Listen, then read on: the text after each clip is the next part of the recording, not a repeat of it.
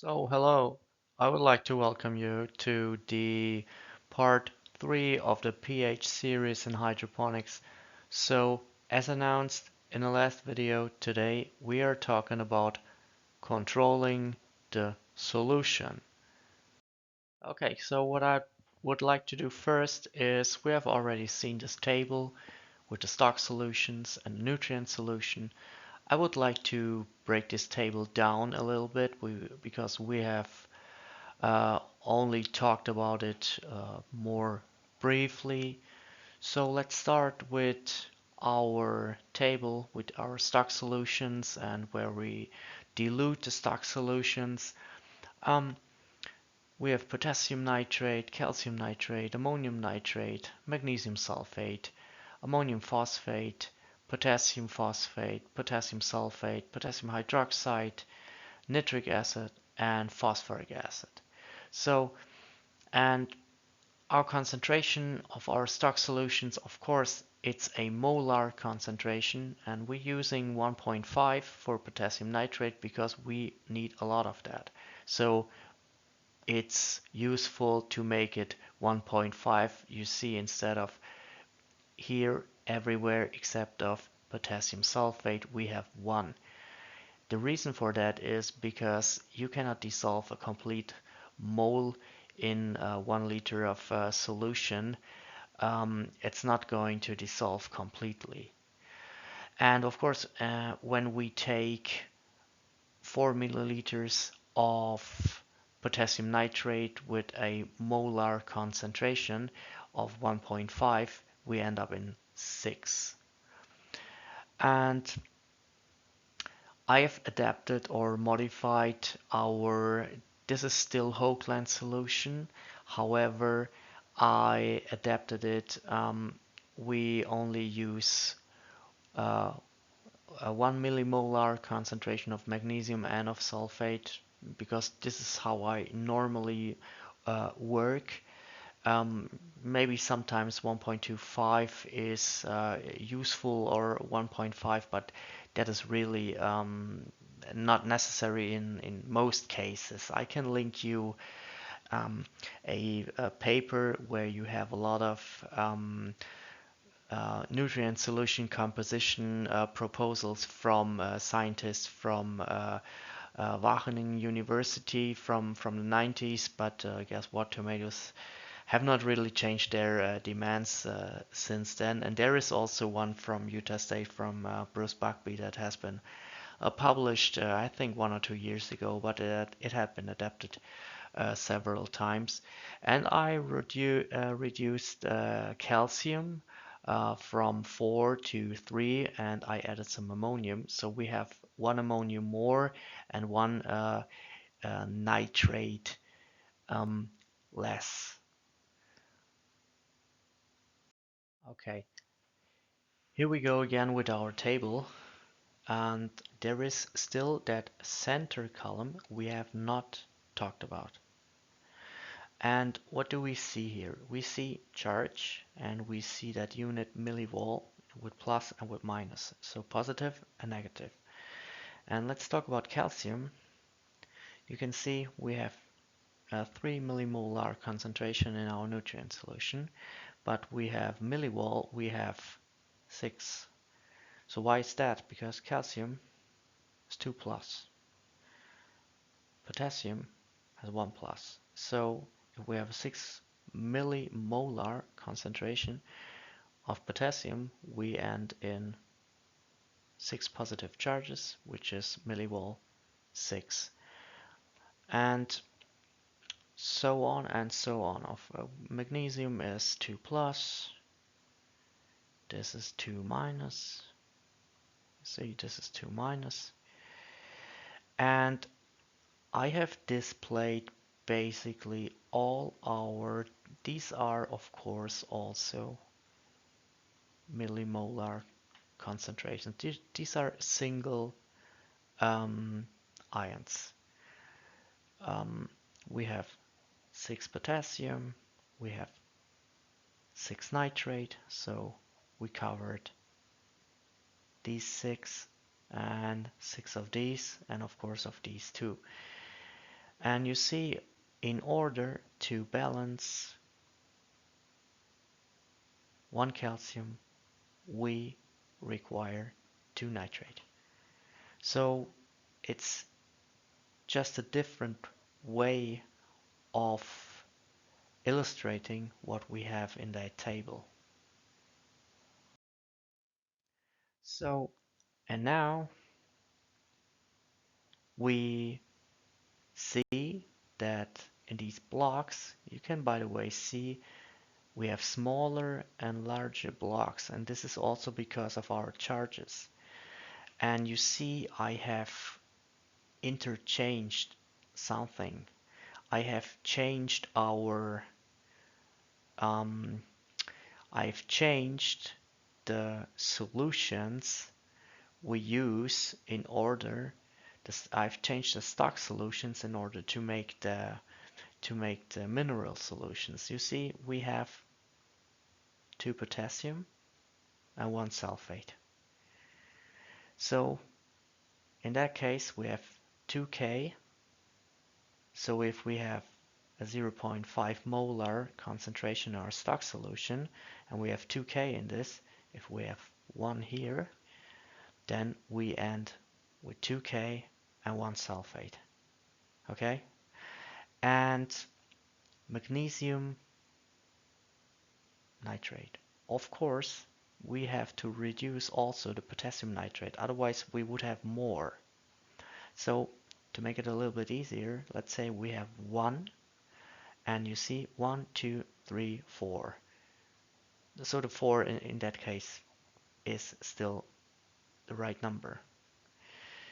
So, but magnesium sulfate, if we had another millimole of magnesium sulfate, we had another magnesium and another sulfate here. So, but we don't have that, but we have magnesium nitrate.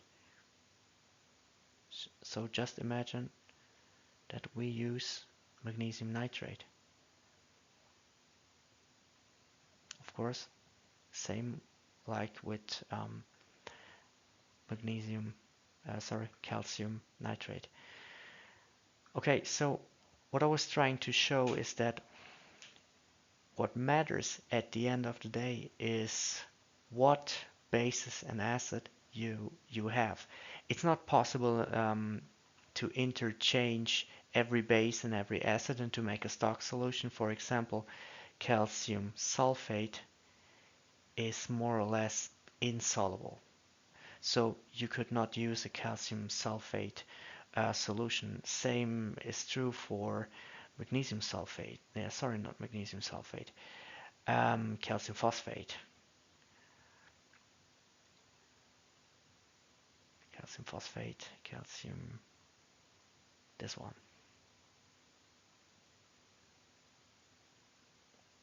4. Okay. Okay, so let's review the nutrient solution in what has the highest impact on pH, and I'd like to explain you now why it is nitrogen, or especially why it is nitrate. So you see here we have 15 millimole of total nitrogen. Let's say we want less nitrate and more ammonium. So we make 10 and 15. So what can we do? Where do we get these from? So we make ammonium nitrate,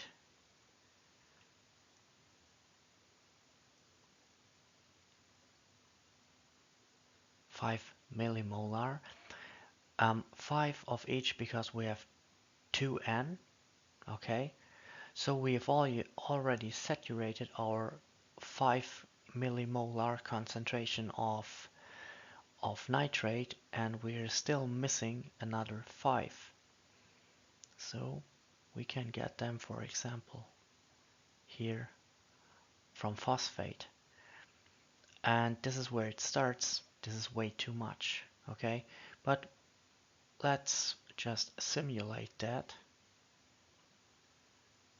Oops, that was wrong.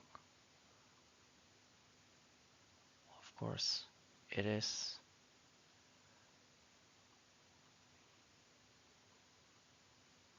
phosphate. Another 5. Okay, so we have reached our 15, but now we have a problem. We have of these two 0. We could use magnesium sulfate, no problem. But you know, problem 1,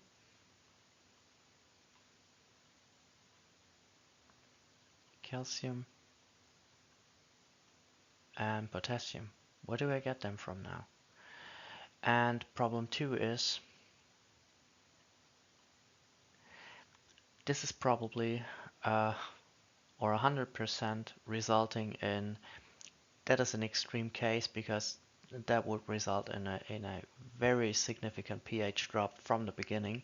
But I think you get my point that if we have some kind of like random solution, okay, and even if we met this target here, but if we have some kind of random solution that results in that we have a lot of ammonium phosphate in this, so we have waste in this.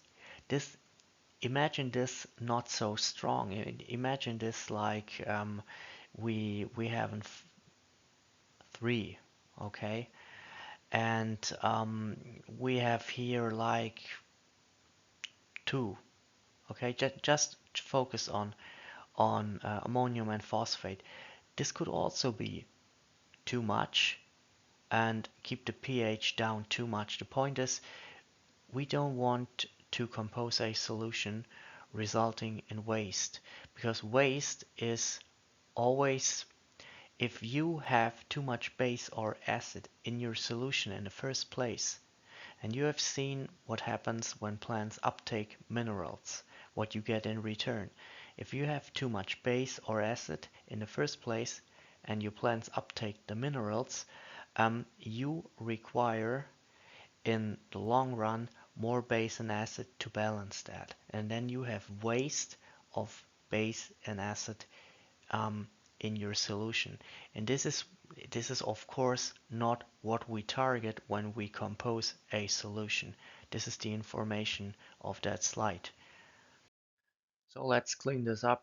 So as I've just explained, we absolutely depend on nitrate, because otherwise we always end up that we have a lot of ammonium in our solution, and then we don't know where we can get all the potassium and all the calcium from. Because for example, you have seen that with, let's say you had not 10 or you had 5, then you always end up in a situation, let's say you add up too much potassium sulfate and the potassium is taken up, then you have the problem that you have a lot of sulfate in your solution and your pH, it will go down.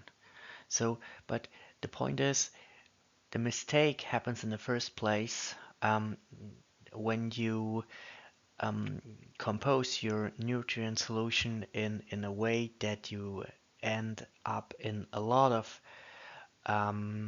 waste elements. It doesn't mean that you cannot balance that if it's not so extreme, but imagine you're using, for example, too much potassium sulfate and only a certain amount of the sulfate is taken up. Let's say you have here 3 and it is taken up, the potassium is taken up, and you end up in leftover sulfate, and then guess what you add? Potassium hydroxide. You know, and it's like an endless loop.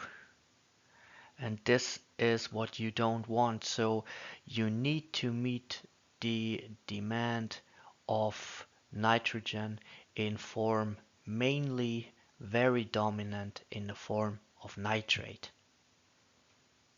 So, and when you take a look at this, now we have here our complete solution shown in these blocks, including ammonium phosphate.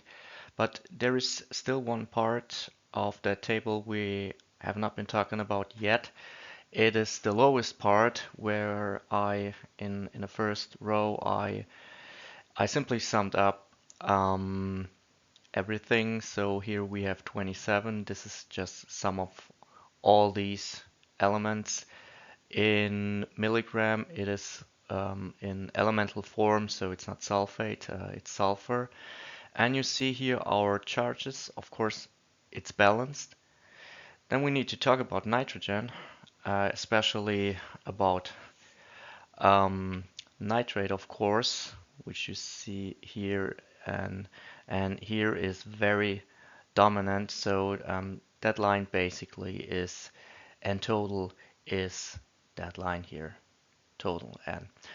I'm sorry, that means charge. That is not English. So um, these are the charges in relation to 15 millimole. In that case, it's the same as millivel. And what is very important, and relative total, so that is 56% is 15 out of 27. And here, when you see the charges, this you see that 47% of all charges are nitrogen. This includes also ammonia in that case. And now imagine the following. When you have 47% of all charges, okay, they also need to be balanced. So it's twice as much.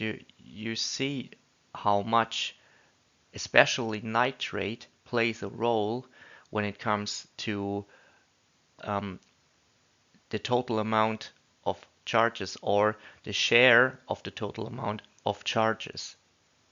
So, and from that you can learn that your charges, when we have seen when they get taken up, what you get in return. So nitrate plays the most important role in regard to the fate of the pH.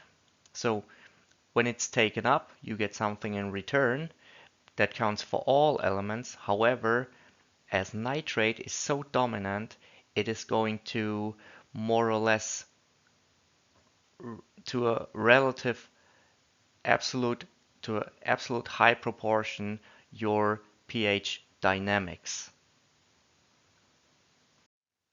Simply because of its numbers. Sorry, I mean because of its high share. And imagine the following. So the probability that you have a shift in pH dynamics is a lot higher, that nitrate is the reason for that, than the other elements that we have here, like magnesium sulfate and phosphate. And the second important piece of information is, you see, I have phosphate 1 millimolar, magnesium and sulfate also 1 millimolar, and that more or less is always working. You can go a little bit higher, and that maybe is useful with some plants in some development stages, or in some systems. The system also plays a role, but we will talk about that later. But you can take 1 millimolar with D3 as a rule of thumb. So we make the assumption that we have magnesium sulfate, we have ammonium phosphate, or let's say we have magnesium sulfate and phosphate, and we make the assumption a 1 millimolar concentration is enough, and it is always taken up. So you see what is left over. It's more or less almost only nitrate. And of course, what is balancing the nitrate?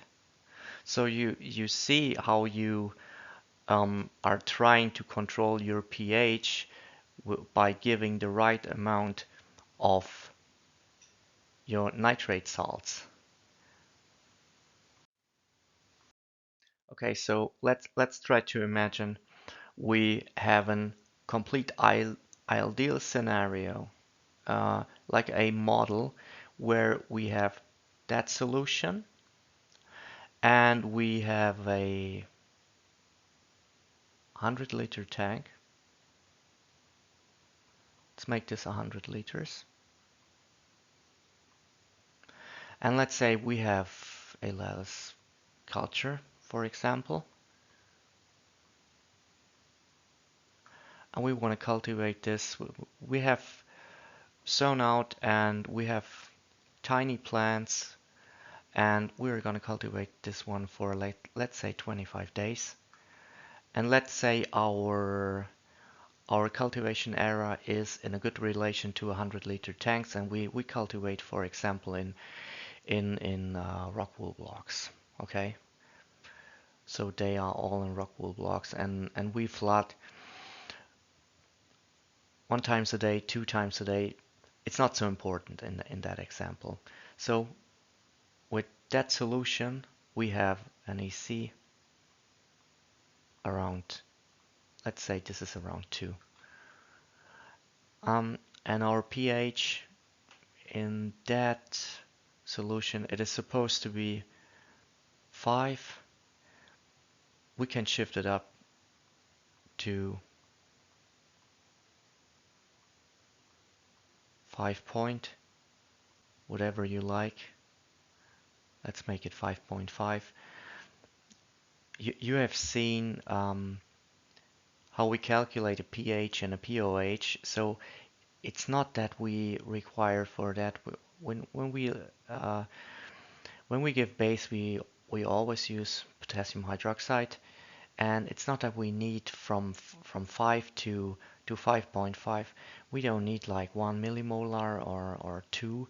It is really a tiny amount, so we will have, let's say it's 0.1, and we balance that with the potassium. Okay, so imagine that if that is taken up to 0, then you get a water molecule in return, and that again becomes also 0. So that current state is not as important as your pH dynamics. And as we have seen now, your pH dynamics, they depend on your composition. So what is probably going to happen is that when you let this run, that your pH is going up over time, but it will not go up so fast. If it can go up in the first moment, because in a situation when you have relative young plants, they cannot take up so much potassium and calcium in the first moment, because when you have the first leaf pair, it is a different situation when you have, like, this is the third leaf pair, and while this one is growing, there is another leaf, an older leaf, they're expanding. Because when they expand, potassium is flowing into the leaves. So in that first moment, sometimes I really use, when I cultivate seedlings in cocoa or in rock wool, I really use a solution where I have like 1.5 calcium and 3 millimolar potassium, almost no phosphate, almost no magnesium, like 0.5 or 0.25, and a lot of nitrogen. When you then, in that situation, when you don't want a lot of calcium and potassium, then you of course need to give ammonium nitrate. There is no other way if you want a nitrate dominant solution. But normally it does not really matter if that pH in a dynamics goes like 7.5 or so, because it's gonna drop after a while. In that situation, you could say, okay, I need to give acid because um, I want my pH always at 5 point. That's not wrong and that's not right. You what you basically do is now you have an imbalance of what we have started with. So because nitrate is taken up faster, and especially when the plants are young. And but here comes the thing. One could argue that okay, so you give nitric acid. Then I could say okay, so and this is going to be taken up, and that means that you shift away from your original composition, which is it's neither right or wrong. But I'm trying to open your mind for what is going on in your system and in your root zone and in your solution. So it simply means that you add nitrogen. Okay, but what I'm trying to tell you is you can either have your solution with that composition.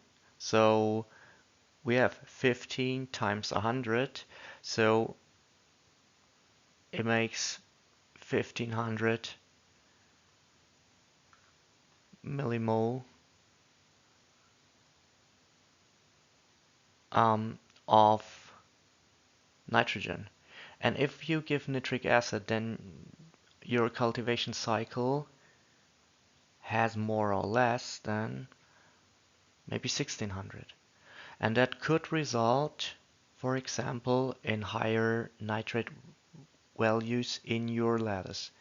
I mean, that's something most people do not really focus on, but I'm explaining you just that you understand what you are doing. You can include this in the first place in your composition. You can do that if you want. But in our model, so we currently we're trying to think in a model.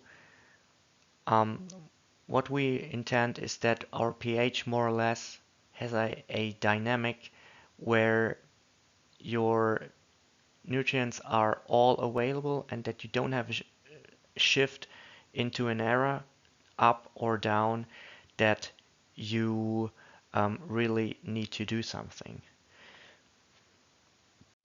So takeaway message, the better your original composition of your solution is, the less acid, normally it's acid, the, the less acid you need to give, or you can say the less action you need to take to bring pH to your desired value. So now you of course ask, how can I do that? How? How to achieve that? So you more or less depend on single salts if you want to work like this. And I will make in the future a video about fertilizer and salts. But if you don't have access to them, and in most countries you cannot buy all of them because, for example, ammonium nitrate, it can be used as an explosive, and I think the same goes for potassium nitrate. I think the others everyone could buy. So most people, even if you and you normally you also don't have pure water, and that's also something you need to consider because in your pure water, for example, in the water I have already 2.8 molar of millimole, I mean, sorry, of calcium, and I have potassium. There's nothing, phosphorus, nothing. This is also neglectable. I think it's, I don't know, 5 millimolar, and I have zero point 0.5 magnesium, and this one I don't know. I don't know. I think it's also around zero point 0.5 or so. And I also have some sodium. It's zero point 0.5. Sodium, by the way, is also a strong base, um, and that is more or less not taken up as much as potassium. Some plants take some up, but others don't. It will have an effect on the pH. You know, sodium can replace potassium in the plant to some degree, but not to 100%. It's not essential for some plants. I think it's essential for some plants. I think it's beneficial. For example, I think sugar beet requires sodium, but of course you don't grow them in hydroponics. Um, but I think you could grow chard in hydroponics, and would be interesting whether chard requires a little bit of sodium. But back to how to achieve this. So single salts. If you have access, you can basically work like this and mix whatever you want. But for most people, there is no excess. So you need the right fertilizer. The right fertilizer. And what kind of fertilizer would you use then? You should use a fertilizer first that has a correct declaration. That is very important because there are some, you know, there's um, some some industry for it's the favorite plant of a lot of people, and it's more or less they sell you some fancy bottles with very nice colors, and but sometimes the declaration is it's incomplete, or it's not wanted to be printed on the bottle, or there's some weird information. Is that fertilizer for that special plant? Everybody knows what I'm talking about. Are they okay? Absolutely. And they help a lot of people to grow their stuff. You can use them for any plant because, as you already know, um, minerals are minerals. So there is no good or bad nitrate. There is only nitrate. And you can use them. And you know, if they work, if your entire procedure in your growing is working, no matter how much you adapting your pH. Now I can't draw again. Sometimes I really don't understand PowerPoint. So can I draw, please? It doesn't let me draw. Now even the pointer is gone.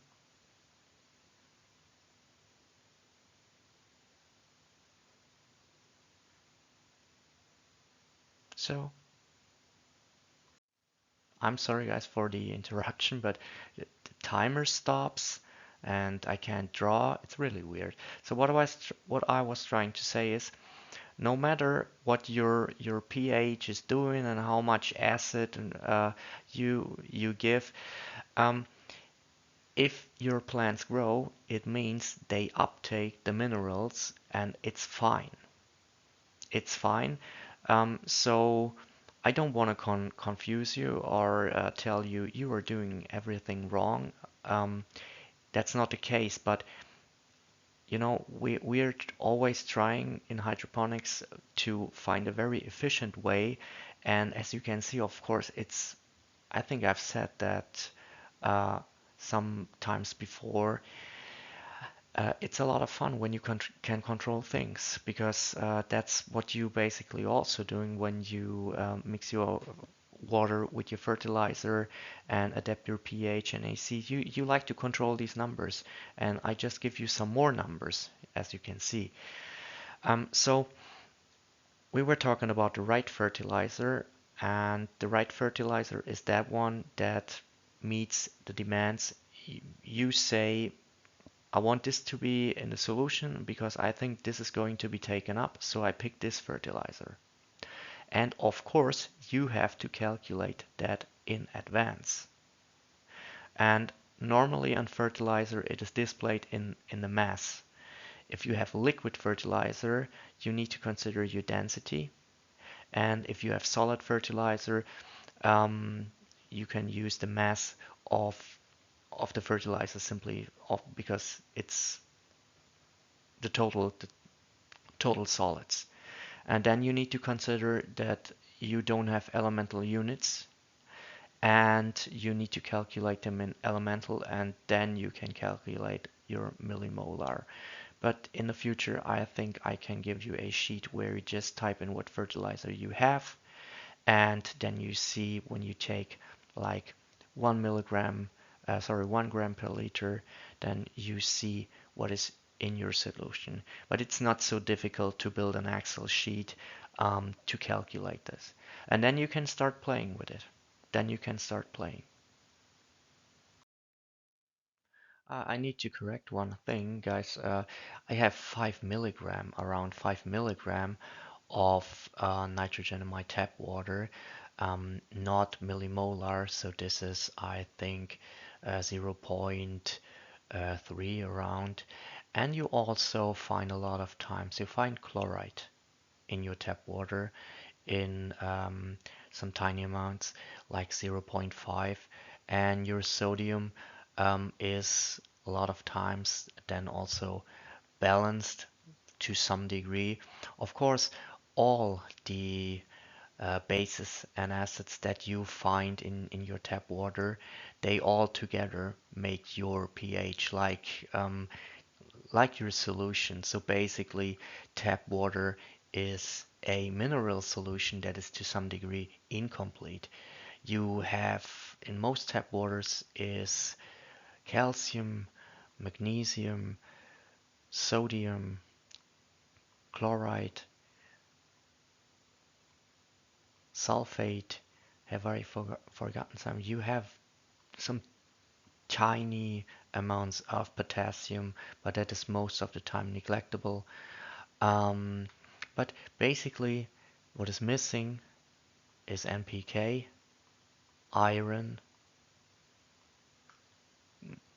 Iron, you find iron in most tap waters, but not so much.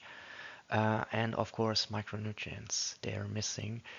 And when you approach it the right way, for example, I said I had 2.8 millimole of calcium in my tap water. So if I added 2.8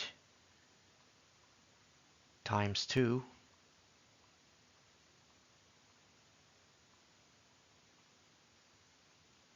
nitric acid, so that makes calcium nitrate.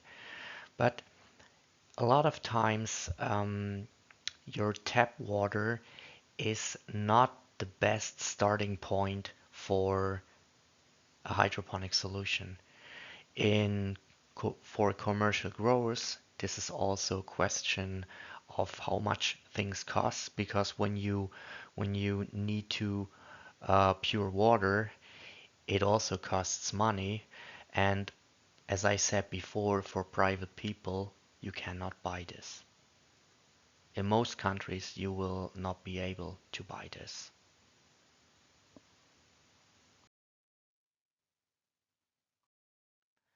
And what is the role of nitrate in hydroponics and for the pH? Or you can say for the future pH. You have seen most of the charges are nitrogen. and especially nitrate, because I showed you we depend on nitrate in hydroponics. And if nitrate is taken up, it will affect the pH more than magnesium, sulfate, and phosphate, because the amounts of nitrate, they're a lot higher. And of course, when I say why does nitrate affect pH in hydroponics so much, and we assume that nitrate is always taken up, then I'm more or less also talking about the salts that bring nitrate into the solution, which is potassium and calcium nitrate. So thank you for watching, like the video, subscribe, and leave a comment if you want. Bye bye.